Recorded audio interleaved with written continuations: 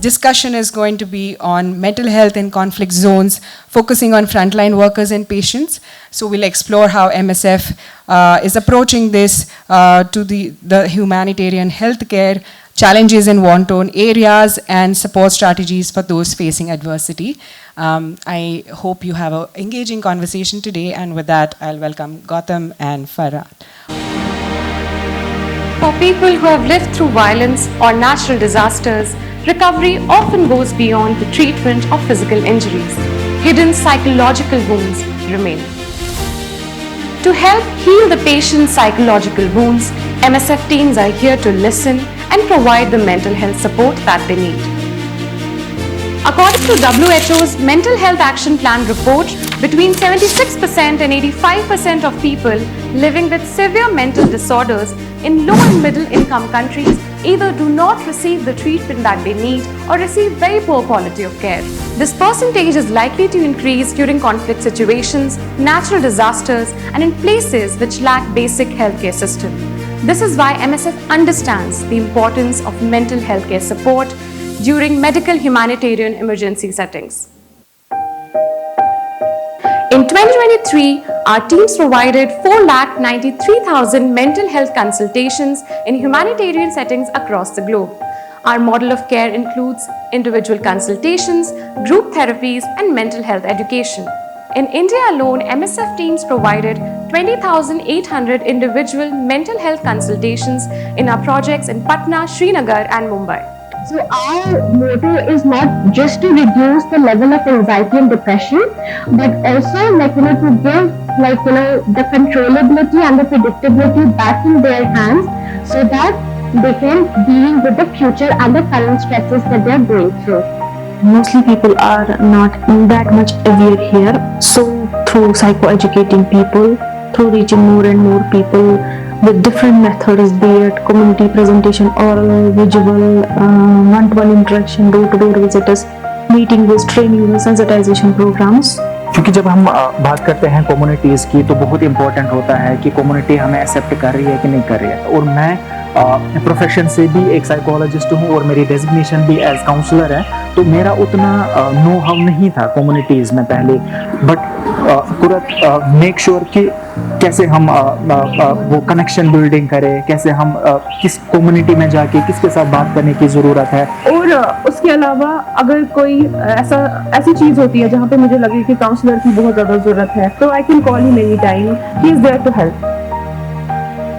Every situation is unique, so our teams look out for the ways to adapt to the needs of the communities and treat patients. In many places, people living with XDR, TB and HIV face a lot of stigma in the society. Henceforth, they need psychological support along with their medical treatment. पता ही नहीं, कोई बताता ही नहीं है बीमारी के बारे में, सब छुपा के रखते हैं.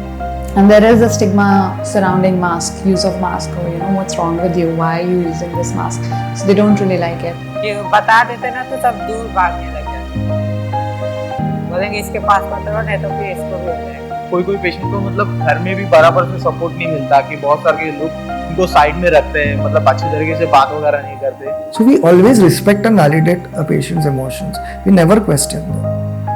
Because the kind of self-stigma they have and the kind of discrimination they faced in the community at the public health delivery system, we have created a safe space for these patients. One of the beauty of our project is the multidisciplinary approach, where mental health, medical doctors, nurses, health promotion will be working together to provide a comprehensive care to the patient and the family. We will talk about every aspect of the patient's life which will affect the treatment of the patient. How many members in the family, what kind of house the patient lives in, will the family need to be counseled, does the patient want the family involved or not, and then an individualized plan for that patient is made. And of course, all the members of the patient's family will not come to the clinic with the patient. Sometimes you have to go to the patient's house to explain to them that okay, this patient has a certain disease, this is a treatment, and these are the precautions that you need to take. Support होना ज़रूरी है. अगर family support रहेगा तो patient जल्दी बाहर आ जाते हैं इसमें से. At MSF, we are aware that our efforts are just a drop in the ocean. But with our patient-centered approach, we continue to help people develop coping strategies so that traumatic experiences do not come to define their lives. After that, I'm not sure MSF needs an introduction, but perhaps we'd love to know what drew you to MSF, and in particular, the work that you all are doing in India and across on mental health in spaces of humanitarian crisis. Hello, everybody. Before this session, there was a very interesting session, and that got me thinking how complex there are things that are in our societies. And if those societies are impacted by violence, conflict, war, or a post-natural disaster situation, how things get further complex and complicated. And those are the locations where we work. Now, starting about me, it's not important to know more about me, but let me tell you how I ended up being part of this organization and still continue to be.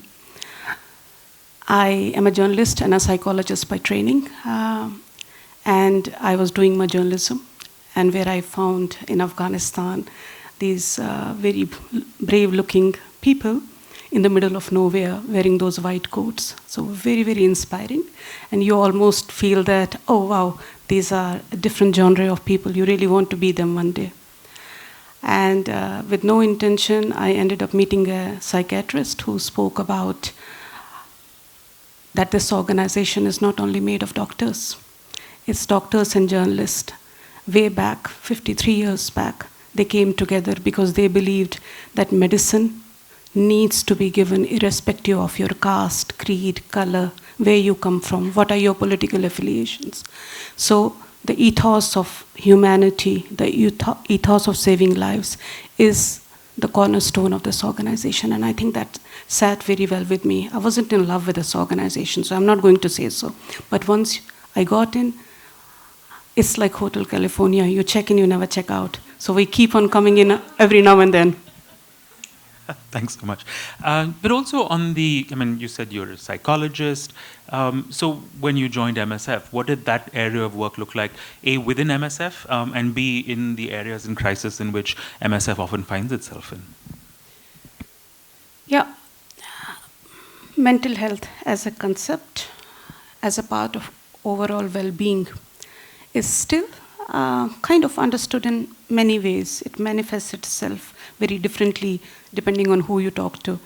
In fact, today only one of my colleagues told me that she was interacting with somebody, and the person asked, what is humanitarian settings or humanitarian crisis? Is it only wars or is it COVID-19? So then you would ask yourself this question, why are you in India? Thankfully, we're a country not at war with anyone. But why do you come to any place, and what is your purpose of being there? So I'm going to kind of take you through a journey of who we are and why is it important for you to know. I hope that I'm able to communicate through that story. 1994-95, Rwanda genocide. Some of you in the room may know about it, or some of you may not have be born by then. So one of the genocides humankind witnessed, where in a span of 100 days, we had 1 million people losing their lives. So MSF was on the ground at that time. And we have patients coming to our OPD, and the doctors were, we are treating patients, but deep down we know they do not have physical ailment. They are not coming to us for HIV, TB, any respiratory infection, fever or so. It's psychosocial manifestation of what they have experienced, the trauma they have been through. So that, what we recognized as an organization was a turning point for us.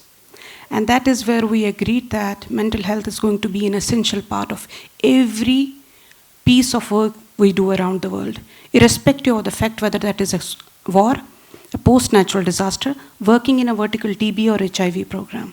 So even the world before that, 1992 was the year, I believe, when World Mental Health Day came into existence and was something as a trigger for bringing resources, attention, political will on this massive, I would say, invisible. To date, parts of it are still invisible. We're talking about mental health.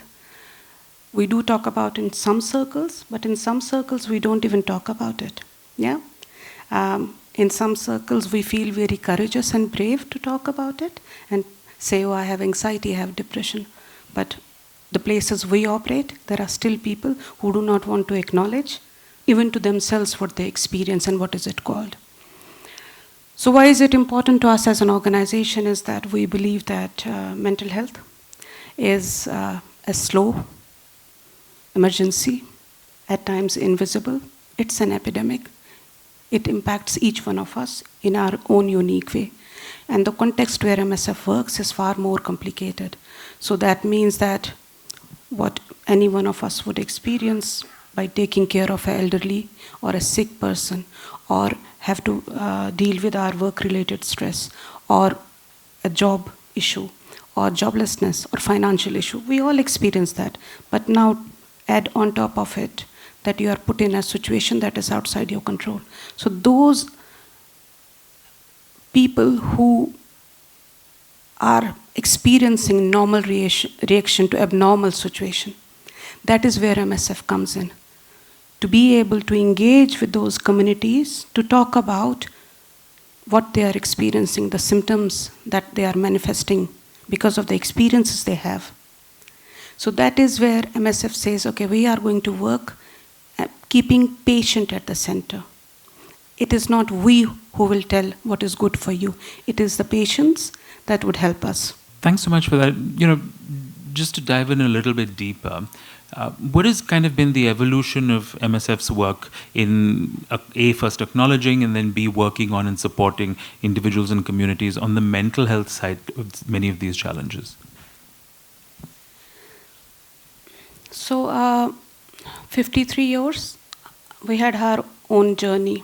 At a point in time when we decided to look at health, well-being, holistically, that would mean not only physical but also emotional well-being. The environment around us was very, I would say, basic. The resources on psychologists, skilled staff, the information around mental health, the research around mental health was very, very limited. So if we say we are, there is tremendous development in the space of mental health in some ways. We feel ourselves more equipped today because it's not only us, but many more who are working in the space of mental health. When we talk about mental health, it's not only wars and conflicts. You heard a story about what happens to a TB patient.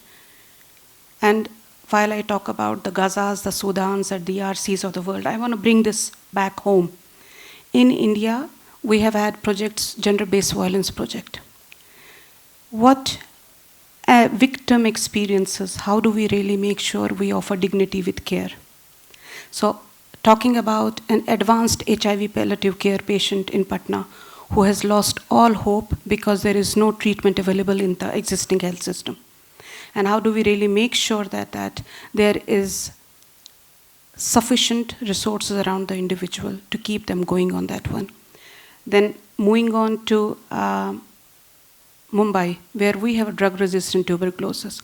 And I'm going to put that out, although we're talking about mental health, but you have to see mental health in the widest possible sense, and not just limited to stress, anxiety, depression, schizophrenia. Just try to see what are the manifestations of other diseases and the consequence of those diseases that they are there for our mental health. So talk about drug-resistant tuberculosis patient. It's a patient who has to, for 2 years, take more than 10,000 tablets, do more than 300 painful injections, with this hope that they may be cured. So sometimes the treatment is so painful that they leave it halfway through. And it is sometimes they have problems with their hearing, their color, their mental health situation, how they deal with it. So these are all the different aspects of care where we believe that mental health is essential to be weaved in those conversations. Our journey. So very early on, the question we asked ourselves, and I actually have written it for myself to remember what is that question we had, is like, who knows best? That was the question we asked ourselves. Do we, doctors flying from all over the world, psychologists know the best, or do the communities know the best? So the starting point of anything we did was that we needed to have the essence and attitude of modesty, that cultural humility of being able to be part of those communities and try to see how communities for us are a center of healing. So if Gautam, you ask us what is that we have over the years learned, of course there are psychiatric ailments that need medication, that need attention, but a large part of the population has solutions that are within the social and the cultural norms of where they are. So as an organization, we believe that a community is a center of healing. What does it mean? That means the indigenous knowledge that has been there for hundreds of years on how do you deal with different forms of stress. The mechanisms that the society has, all the spaces we were talking about. Where are those spaces where we will have people coming in together and normalizing some things that they may believe they're the only ones that are experiencing. So at some point of time in our journey, we were very selective. So if we would go to school and we would do one-on-one counseling with children, but then actually we said, you know what, we'll talk to every child because they do not know if bedwetting is normal. They do not know if bad dream is normal. So what we wanted to do is like normalize those conversations. So that was one aspect of us. The other aspect of it, where we focused as an organization, and there are some examples from India on that very specifically in our mental health program in Kashmir, we focused on psychosocial education. So that would mean that going into the community and talking about very basic symptoms of stress, of what people are experiencing, how they are manifesting it, and what are very simple techniques of coping. And these techniques are the ones that are already prevalent in the society. We did not bring a new science there. We actually just were busy active listening because that is what we were bringing back through our psychoeducation. And at one point of time, we realized that why not leverage the technology? So we had a radio show called Alo Baya Alo. So it was like a show where we wanted to not bring the heaviness of the topic, but actually normalize that this is a conversation you and me can have, not only as colleagues, as friends, but as family. So we should be able to have that conversation. So we converted that radio show later into a TV show. And what for us it did was that we replicated the same model elsewhere. So that was the other element of it. What else did we do is like we as an organization said that, you know, if you want to offer help and care in the space of mental health, you need to look at the entire spectrum.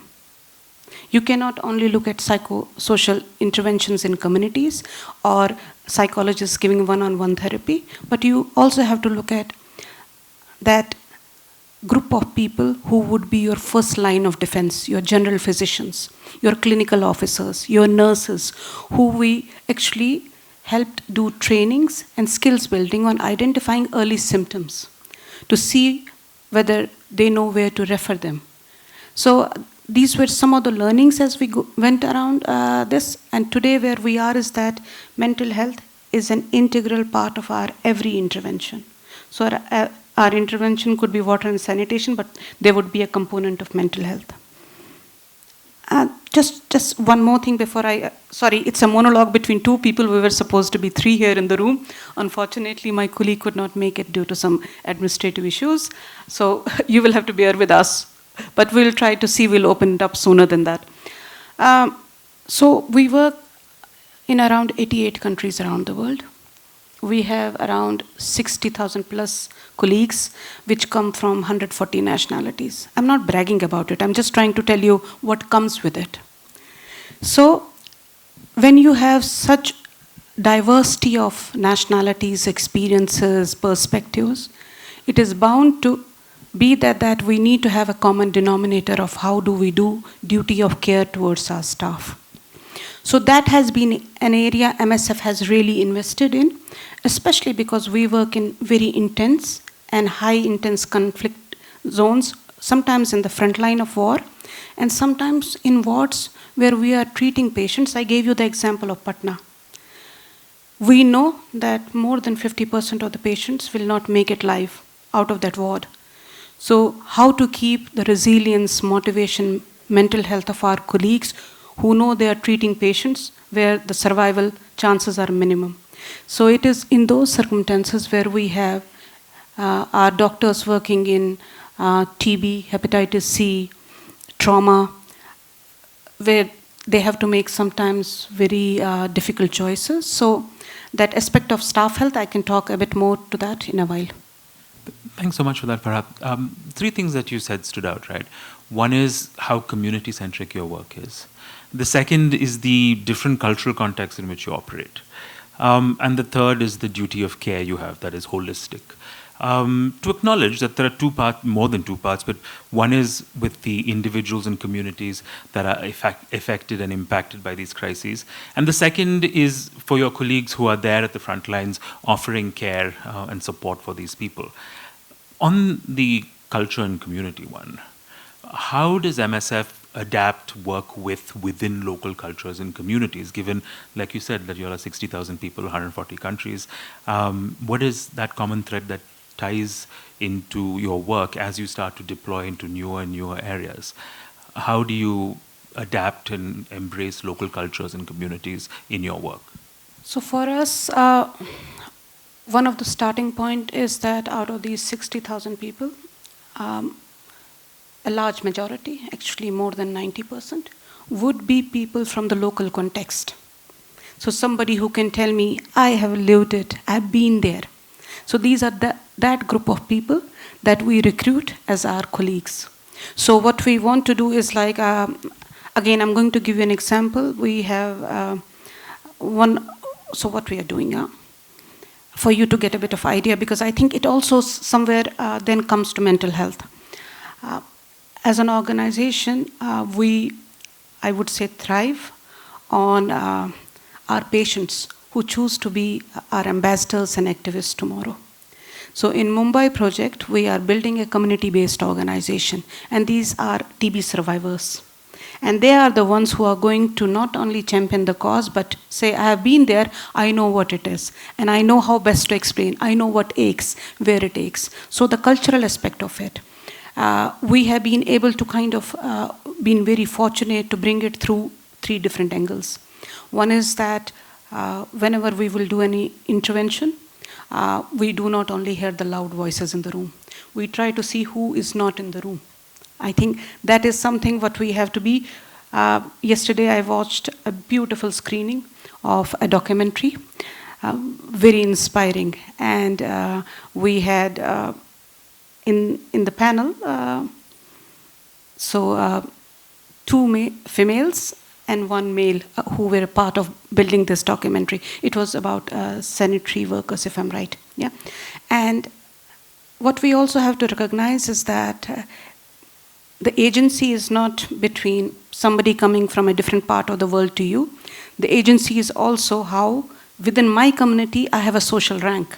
So I was just observing that when the gentleman said, I picked up one of the person who I believed could be the one who could do it. So I was just wondering, would there be anyone who would have thought about being there but could not, because within every group there are loud voices. So as MSF, what we try to do is really get into that conversation to understand which are the underrepresented voice, which are the voices that nobody hears. So that's what we want to do. I spoke about community-based organization and networks. We globally, and MSF is not unique, so I'm not going to credit us for it. So there is a lot of networks, positive networks, who are peer educators. They support each other. They bring issues to life that may not be even visible to doctors, what patients experience in communities. So why not look at mental health and also look at to build community-based organizations of people who have lived experiences. Just imagine a TB patient, an HIV patient who comes forward and says, I'm going to talk about it. Yeah? And why cannot we do and normalize those conversations with mental health people? Yeah. Thanks so much, Farhad. You know, you've talked about the fact that so many of your staff will be from the local context. And that's a large number of staff in a large number of conflict areas across the world. Care has its own burden, and caring is exhausting, more so in the contexts and conflicts in which you work. How does MSF think about caring for caregivers? Was it always a conversation? Is it a new one? What's that journey been like about, the care that one needs to give for caregivers as well? It has two dimensions, and I want to go in both dimensions, but starting with the first one. Some of our frontline workers experience situations, incidents that are beyond imagination. It is sometimes that causes moral distress to them. I'll give you an example. In Syria, towards the time when there is this camp, which apparently has most of the camp residents being considered or alleged to be former IS kind of workers. In such a situation, how would you expect a Syrian staff member to keep their neutrality and keep that oath of taking and treating patient as a patient? So I think that is something what you have to understand, the moral distress it can cause to our teams. In conflict zones, when they know that the perpetrator is at the door and seeking medical assistance, and you know that this person has been involved in killing your friend, your cousin, your uncle, your aunt. So how do you keep your oath of saving lives in such situation? So what we do as an organization is that from emergency group briefings, we prepare our teams quite intensely. And which means that the choice of them going to the field and working in any context, we make sure that they have thought about it. And what we have is we do have a screening tool. And the screening tool is not to say you can and you cannot go. It is not meant to use as a tool which would kind of bar you from achieving what you wish. But it is a tool to enable a conversation. What we want you to be aware is to be able to identify those early signs that I'm not doing well, I need to get out of this place. So one comfort we give to every colleague around the world is that if it is not safe for you, if you cannot do it, you can leave. No questions asked. And 53 years old, we have worked on it and we are rigorously actually evaluating ourselves. So as an organization, we are our worst critiques. So that would mean that we really make sure that what our people say, we put it out in the public for us to improve. Because what we believe is that the best way to learn is to share your own vulnerabilities. So MSF also works in contexts. So Ukraine, just last 3 or 4 years. Before that, that was a very peaceful country. Yeah? Talk about Gaza was never peaceful, but now it's worse. Talk about Sudan, it had on and on of civil wars and conflicts. So most of the places where we work, they are protracted crises. That means crises that go on for decades, not months or years. So in such situation, our international colleagues have a luxury and privilege to come out. But locally hired staff is always there. They are the ones who are part of the community. They are also ones who have experienced this. So what we, MSF, started something called Care for Caregivers. So what is that? Is that we have psychologists, locally trained, locally hired psychologists outside the system to offer a safe space to everybody to talk. So even though we have a mental health component in our program, we don't encourage them to go and talk to the psychologist at work. They have a system outside where they feel safe, they feel that they can seek that help, because having a system is not efficient. What is important is that your people need to trust it. And does everyone trust our system? I'm not very sure, but there is a constant strive to do it. And I will shift it slightly. As an organization, we are not a system building organization. We are a support organization. So that would mean then what do? We are more into making sure that we have preventive actions in place. And when I talk about why is it important, in a case of a conflict to talk about mental health and go to the community and talk about those signs very early on is, imagine one of you has flu. You don't take medicine. It gets worse. You take yourself some drugs and you leave it there, then you develop resistance to that medicine. You keep on kind of increasing this every now and then. So what we want to do is like we want to have solution-based approaches where we want to make sure that people are functional. Because if you are functional, you feel better. So that is very important as an organization, our strategy. Maybe in the long term that this person will be healed. But what we want to do is bring them in the system of care. That eventually, when we are not there, they will seek care. But our first priority is to really make sure that they are functional. And when they are functional, what we try to see through that is that the pressure that it builds on the primary, secondary, tertiary healthcare is reduced by that. And it is important because if everybody comes to tertiary healthcare, how do we really make sure that the common complaint we hear in OPDs, all of us actually experience it. If we don't go to a private clinic, the doctor doesn't have time. How come you can have a doctor treat 300 patients a day and have time to have a decent conversation with you?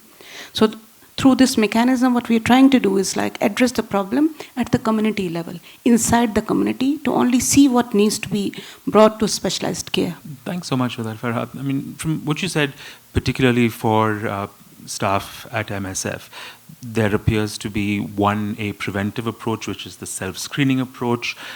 There's the technology that helps do it at scale. There's a little bit more of a targeted approach and a community approach. So what is that range of care that MSF offers its frontline workers look like? And some of it is self-driven, some of it is driven by the organization. But what does that arc of support look like for someone in a frontline situation at MSF? To start with, it's a deliberate choice to invest in this area. Because if the hands that deliver the care are not healthy, then I'm worried about the quality of care that goes towards the most vulnerable populations. So for that, from a mental health hotline, an exclusive 24/7 hotline, to always knowing that there is a mental health person that you can seek assistance from within and outside the organization, to have the discourse of mental health within the organization. It's not tabooed. We all talk about it. We just actually encouraging the leaders to talk more about it in the organization. Because sometimes it feels you just have to be brave. It's okay to cry. It's okay to say you had a very difficult day. That is what we are trying to normalize in our settings. But we also encourage peer support. We also look at actually taking people out if we believe that they are going to be a liability for themselves and also in the context they are, because they will hamper care. Giving people this confidence that if you went out on a burnout leave or a stress leave or because of psychological conditions, it will not be held against you. Because that is one of the very important factors that people don't say, that they are suffering, because they are worried that it's going to impact their growth within the organization.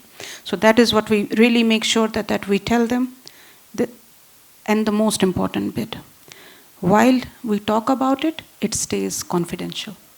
The balance between generalizing and having conversations on mental health, but at the same time at an individual level, the confidentiality it needs is critical for us. You know, something that I feel echoes through what you've talked about both on the community side and the staff side is the necessity for early intervention. And while the idea of early intervention is valuable, it's sometimes hard enough to do in a normalized setting. What does that look like in a frontline situation? So it's very, very basic. So what we have is like, say we have a clinic, an OPD, but we have a very small place where we have that place designated for children, where they can draw anything they wish so. So we have a place where women can sit. So we have been constantly evaluating our outreach.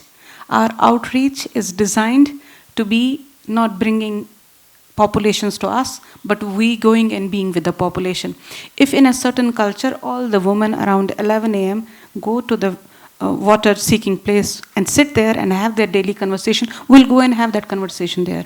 If you know all the men in your community at the end of day are going to sit at some place, we'll go there. But the other fact of it is, when there is a war, these places disappear. They don't exist anymore. So the conscious decision of intentionally creating those spaces is important. Coming back to India, to give you an example. So what we did, we had a gender-based violence program in Delhi, in Jahangirpuri. And this project was triggered actually after the Nirbhaya unfortunate event. And we wanted to also, alongside with the Government of India, build a one-stop center to see and demonstrate that there is a model of care available. And this would have all the aspects: legal, psychosocial, medical, social, safety, protection, all the aspects of care under one roof. And one of the things the team did was actually, they actually painted a rickshaw and they would take it into the community and talk about it. So things that are very, very basic. And the questions we asked is like, does a social media campaign really help when people cannot speak or write or read English? Which community are you talking about? So that mindfulness of how your campaigns, how your targeting, how your kind of IEC material is not unique to MSMI. It's like, if you ask me, like 2 days back we had our scientific day. I was really impressed by what different organizations are doing across India in terms of filling in the gaps that are there in the healthcare. So one thing which is important, I think I'm very glad that NIMHANS and Rohini Nilekani Foundation chose to talk about this subject of mental health. But the fact of the matter is, these are still one-off conversations. They are not the norm. And in the scientific space, what I feel, and that's a very personal opinion, is that we are experiencing data poverty. Data poverty, mind you, doesn't mean we don't have data. We have actually a lot of data. That's the problem. But how are we really using the data? How are we connecting that data to ignite change, policy change at every level? I think what is happening is like we see wheels being invented at various places which could be prevented, because if people could still talk and learn from each other. So one of the things I really hope that as an outcome of this day, those spaces are created which allow people to come forward and share their models of care. How did they address innovatively a certain gap? How do we learn from each other? And as MSF, we don't have that luxury, because I told you, we are not a system building organization, we're a support organization. But what we also want to do is we want to play our role in that. Through that, what we do is like, it's expressing solidarity. It's like, I told you, we are one of the largest treatment-based organization, but we survive and sustain on the generosity and solidarity of 8 million people around the world. And what do? They give us 1 rupee, 100 rupee, $1, $100. And the power of solidarity is something that is so unique, and it does not just limit to fundraising as an example, but it is something that you can actually apply in everything. How we bring the solidarity of all the smaller groups who want to do good to the society, and how do we weave a tapestry that really helps us see the mental health problem and actually take away the invisibility and the silence behind it. No, that was beautiful. Thanks, Farhat.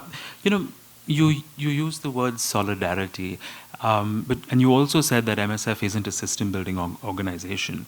So when the crisis ends in a particular geography or a particular area, what does that continuity of care look like? How does MSF transition? Does it? what does the continuity and solidarity look like for those communities?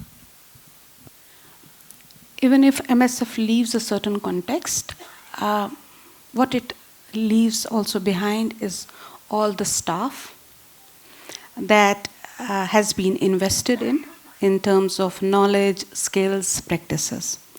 So depending on a variety of different contexts, different solutions have been found. In some solutions, these individuals have come up by forming an organization.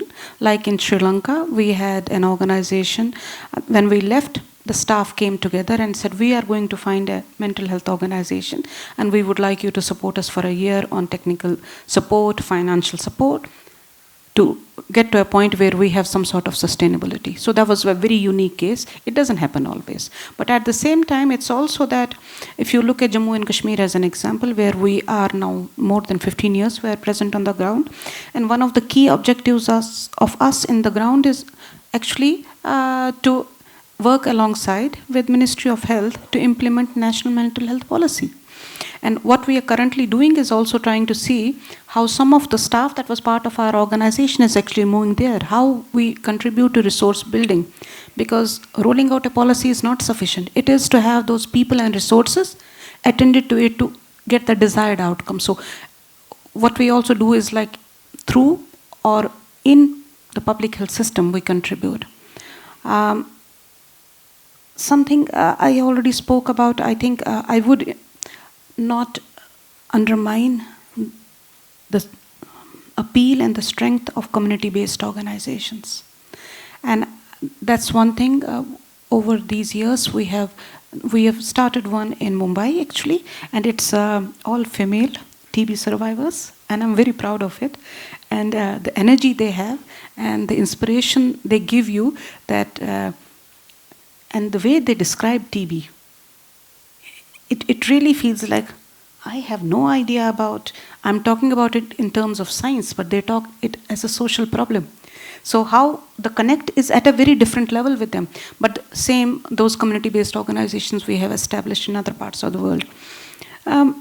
Maybe a story for you, because I keep on talking about community as a center of healing. Why is it important to involve community from the very beginning? I in my job also, at one point of time, I used to brief and debrief people. Debrief is like when they complete their assignment, you ask them about their experiences. So I had a very experienced psychologist, and I asked him, how was it? He was like, oh, I was in Sierra Leone. It was brilliant. So I actually asked the local counselors and psychologists, what is that is acceptable in the society? So they said, oh, you know what, you can tap on the shoulders and it is a relaxation thing and it's acceptable. So he was very happy, he learned a skill. And now he goes to Rwanda. And there in the training, he actually tells the fellow counselors, you know what, you should tap on the shoulders because this is an effective technique of relaxation. And all the Rwandan colleagues are looking at him like, what? This is culturally insensitive. So just to give you that how much, even after being educated or believing that we know everything, we don't know everything. We need to learn from the indigenous knowledge. And the best way of doing it is to stay curious, to stay humble, and always make sure that you have that cultural humility to understand what works for this population. Thanks so much, Farhad. I'm sure many of you have questions. We have about 10 minutes, and now I will magically change from being the interlocutor to passing the mic around. If we could just keep the questions short and one question per person, please. What exactly triggered you to go to risky places like Afghanistan, Sudan? We started a dialysis center in East Africa, but we were very scared to go in Sudan and other places. And why you didn't explore Pakistan, which was won before independence? So these are two questions. Thank you for your questions. So we do have projects in different parts of the world, including in the region. We do have projects in Bangladesh, Afghanistan, Pakistan, India, Myanmar, all the countries. And the projects we have are purely based on needs of the population. And if we see a certain area that is not being addressed, that's where we come in. And now your question, why do we go to places? I believe just want to take away the hero narrative. We are also scared. It's not that going to some place, I would say, sometimes it's the adrenaline rush that you feel like, wow, you went to some place. Some places are out of bounds because of the conflict or the war. You get to see some very beautiful places around the world, and equally get to see some very beautiful human beings. You learn a lot. It humbles your ego. You learn, actually, you are not the only one in this universe that knows everything. And you also learn to be extremely thankful for everything you have in your life. So a mix of factors, but I can tell you, if anyone tells you that I was brave, I worked in Somalia, I worked in Afghanistan, but when you are there, the common thing that binds people in MSF is that passion for humanity. If I talk about Gaza, yesterday we lost 8th of our staff member. 70 of their family members have been killed. And even after that, they do not stop coming to the hospital. They keep on treating patients. I recall of a time when there was no water, food possible within Gaza, and locally hired staff were giving the water they had to their internationally hired staff, because they were saying, we are locals, we'll figure out a way. But you don't have it. So that shared thread of humanity and that willingness to look at people beyond borders, Chandrika in the group, you can ask her. I think Dr. Chandrika is a pediatric surgeon. She has been almost to every part of the world. Chandrika, if you could wave your hand, people know who I'm talking about. She is from Bangalore. And she has been, name a country on the earth she has not been in. I've always liked that. Hi, thank you so much for the work you're doing. So I wanted to tap on one thing you said about data poverty and the notion that you're not in the building systems but caretaking, right?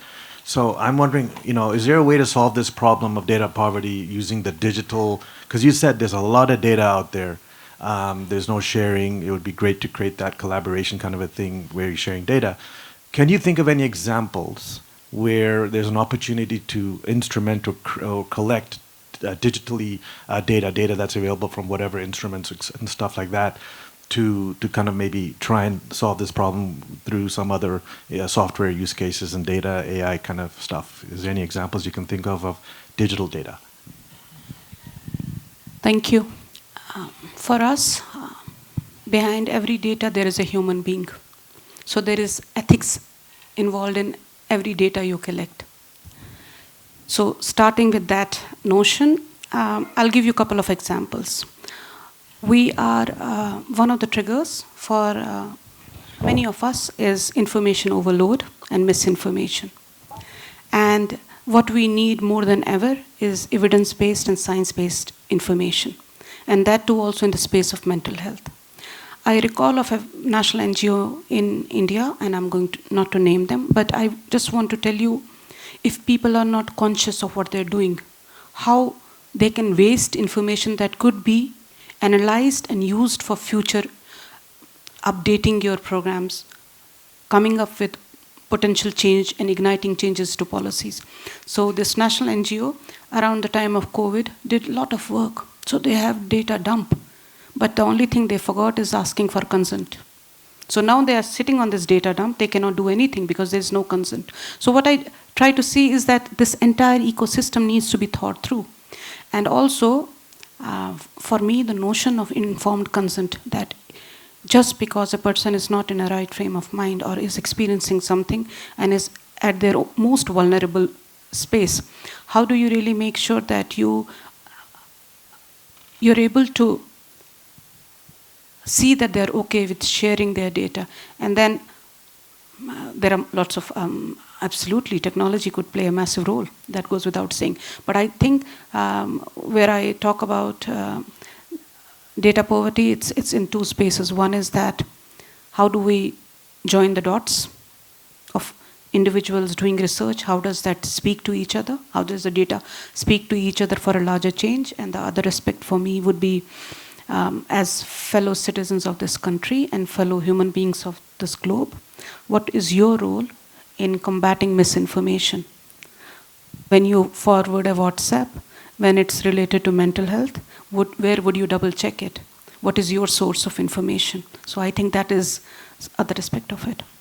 Thanks, MSF, because in 2005 and 6, many children are dying with HIV. It's not known. Then we are the first organization, which is a lead organization for Clinton Foundation. And then with WHO support, we have developed a module on pediatric counseling. And then we have taken MSF module with regard to a story. We were so impressed with not the human characters, but the characters are different. And then we took that storybook to our children there in our communities in Andhra Pradesh, and they have changed the title like Bam Bam Virus. Now the whole of India and the National AIDS Control Organization translated that, and it's being used in India. Thank you so much. And I want to ask like that, in the mental health area, what are the IEC materials available, and is it available and online where we can adapt it and use it? All the information MSF develops,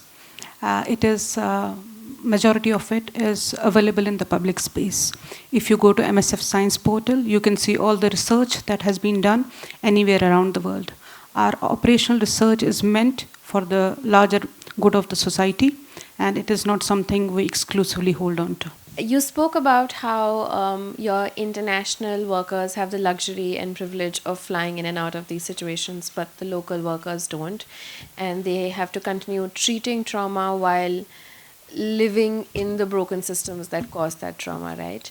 And then you talked about the bevy of things that MSF does, like a counseling system outside MSF. And this, I honestly want your personal opinion on this, because I know MSF can't solve for everything. But how do you reconcile with individual mental health support and interventions when the wounds or the trauma that we're talking about, they're often structural and collective? How do you reconcile the difference? How effective can it be, just individual support, when you're dealing with crisis of such a structural level? Let me humanize it. 13 months now, and 8 months now. 13 months in Gaza and 8 months in Sudan, and almost a year in Ukraine. We have had our staff members going through unimaginable, that's not describable, what they have experienced. But what is one thing that keeps us going, especially for the locally hired staff, is that what you see, maybe many of you see the pictures of war wounded, injured, dead people, mutilated people, amputees and so. They see they are able to save one life. That joy of being able to save one life, I cannot tell you how that kind of changes the morale of the team. At the end of the day, we do not ask them that how many died in your care.